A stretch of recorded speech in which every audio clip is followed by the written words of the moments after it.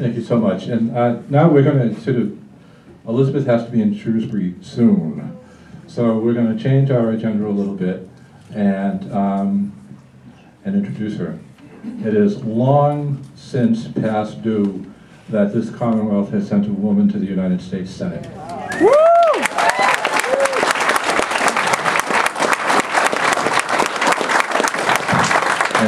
And Elizabeth Warren, we have not only an incredible woman, an incredible human being, and I know an intrepid campaigner. Elizabeth, welcome to Grafton. It is so nice to have you here.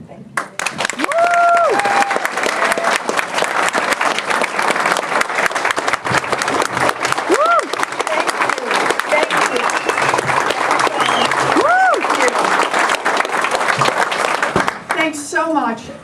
It's a great honor to be here, a great pleasure to be here. I want to start this morning by saying a special thank you, though, to Diane. You make so much happen for so many people. I'm standing here in part because of you. So thank you very much.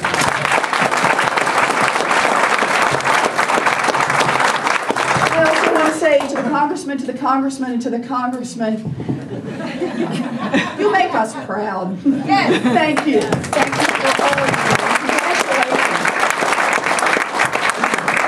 Congratulations. So I am so pleased to be here today. This thing's going to rattle a little bit. I'll be careful with it. I'm so pleased to be here today.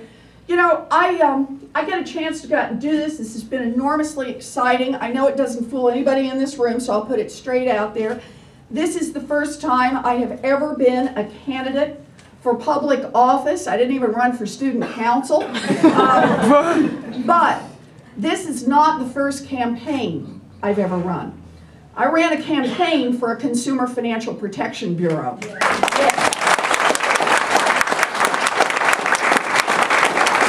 And because I'm here with people who make things happen, I thought what I'd do is just spend our little bit of time together this morning. I wanted to talk about that campaign just for a minute and about how it is that that campaign informs what it is I want to try to do, both in running for the Senate and in being in the Senate, and how much I need your help. So here's how I think of this story. You all remember, back in 2008, the markets are crashing. It looks like the economy is about to go over a cliff. Richie's given us a good example of what had happened. So has Jim. Wars that have been put on credit cards. But a big part of this, remember, was that the financial services market was failing. People are talking about all the things that have broken, and the serious question is, for me, what kind of rules are we going to write going out on the other side? This is like coming out of the Great Depression. What rules will we write? Because they will shape what kind of country we will have for half a century. So everyone's talking about the big mega banks. They're talking about capital reserve requirements and derivatives and that sort of thing. Very important. It was all broken at that level. But no one's talking about what happened down at the family level, at the household level. And I kept saying to people, we should never forget, this economy was broken one lousy mortgage at a time. And if we don't fix the rules at the family level, at the household level, then we're just inviting this problem to happen again. This time it was mortgages that got packaged and sold up the line and poisoned the system. But next time it'll be tricky credit cards, or it'll be student loans that fool people. It'll just keep happening. The problem is we have a broken consumer credit system. And it's because we don't have any decent rules that are transparent, that cause us to give families a fair shot, a level playing field on financial products. So I had an idea. You never identify a problem if you don't also have an idea for a solution, the Consumer Financial Protection Bureau. And I said, you take these 18 federal statutes administered by 7 different agencies that don't care much about it, put it with one agency, and give families a strong voice in Washington, something to balance out the big banks. So I went to Washington, and I talked to lots of different people in government and explained this. And they said 2 things to me. The first thing they said is, that is a great idea. This could actually work. It could actually repair a hole in the bottom of the financial boat for families. The second thing they said to me is, don't do it. Now think about that. They said, don't do it, and the reason they said don't do it is you can never get this passed. The bank lobbyists will organize, the big banks, Wall Street, they will organize and they will field a team of lobbyists, the likes of which have never been seen on the face of this earth, and they will make it a #1 priority to kill this consumer agency. Therefore, you can't get it, don't try, do something else, look for something little. Now, I heard this and I thought what people were saying to me was, try harder. I think I grew up on too many Nancy Drew novels. So I heard it as try harder. And I thought, so how do you make something happen when all the lobbyists, all the internal organization is going to be against it? When all the deals cut in the back room are going to keep it from happening? And the answer to me was, you just get organized. You run the outside game. You get real people across the Commonwealth and across the country to get engaged on this issue. And if they're engaged, we will create the wind in our own sails. And so here's how it went. The House got through a good, strong Consumer Financial Protection Bureau. Remember, the Democrats were still in the majority. We had a strong delegation from Massachusetts that led the way, and we got a good bill, a good financial reform bill that particularly had a very strong Consumer Financial Protection Bureau in it. Man, I was feeling good, okay?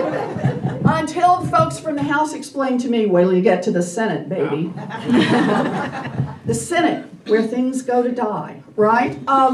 So the idea was, we got it through the House, it came up in the Senate, this is now January of 2010, and I remember the day, it was the third week in January, third Friday in January, when the front page of the Wall Street Journal ran the headline, Consumer Agency Dead. And what was that about? They said, well, it turns out they're going to report, the Senate Banking Committee is going to report out the bill on financial reform, will have all the other parts in it, but won't have a consumer agency. There'll be no fingerprints on it because there'll be no public vote about killing the agency. It will just get smothered in the crib. So I got a phone call that day from someone in the Senate. Oh, we're so sorry, we really wanted this to happen. We'll be here next time, you know, we'll do this next year. And I said, well, so when is the bill getting reported out? And they said, 3 weeks. And I thought, 3 weeks? We ain't dead yet. So we were organized. We activated in those 3 weeks, and across this country, I just want to say, we had more than 200 groups, the AFL-CIO, SEIU, AARP, Consumers Union, more than 200 groups across the country. We had email connections to literally hundreds of thousands of people. And when the moment came that they were going to kill this thing without a vote, we kept asking for just one thing. We want a vote. It's the American way. We want a vote. Vote, vote, vote. We were everywhere. And you know, we even had our frame for the vote. You could vote for banks or you can vote for families, but you have to give us a, there were some who objected to that framing, but I thought it was right. You can vote for banks or you can vote for families, but give us a public vote. And here's how it worked. When we got our public vote, because we made it too embarrassing not to get a vote, and enough people had to stand up in public, there was a majority to vote for a good, strong Consumer Financial Protection Bureau. Yes, we got it.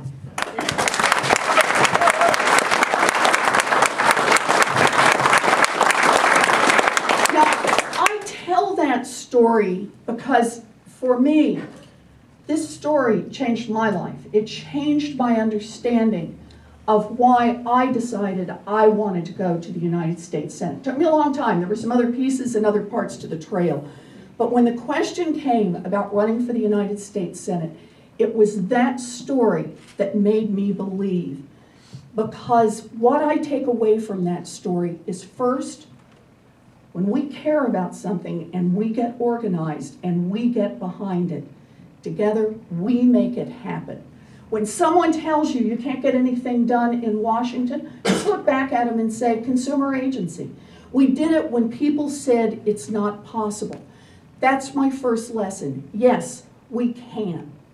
My second lesson that I take away from this is that we do it by doing it together. That no one accomplishes things on their own. We don't accomplish things by doing them in backroom deals, not the people's business. The way we do the people's business is we get organized ourselves. And that's how we make something happen. And so it takes me to the third part, why I am here today. I'm running for the United States Senate because I believe, exactly as Richie said, exactly as Jim said, this is a moment in history. The decision about whether or not this country goes forward as a country that increasingly says, I got mine, the rest of you are on your own. Or a country that says, we believe in winners, but we believe that everyone invests in making sure the right conditions are in place so the next kid has a chance to make it big, and the kid after that, and the kid after that. That's what this election is about. It's important, and the only way we make it happen is if we do the work together. So I'm here to make a promise and to ask a question. The promise is, I will work my heart out to be your senator. I will work my heart out in this race. I'm out there before the sun's up in the morning, and I'll still be out there long after it goes down at night. And here's the other half to that. And I'll still be out there as your senator, working my heart out if I'm elected to represent you. When? I will do that. I like that. I will do that.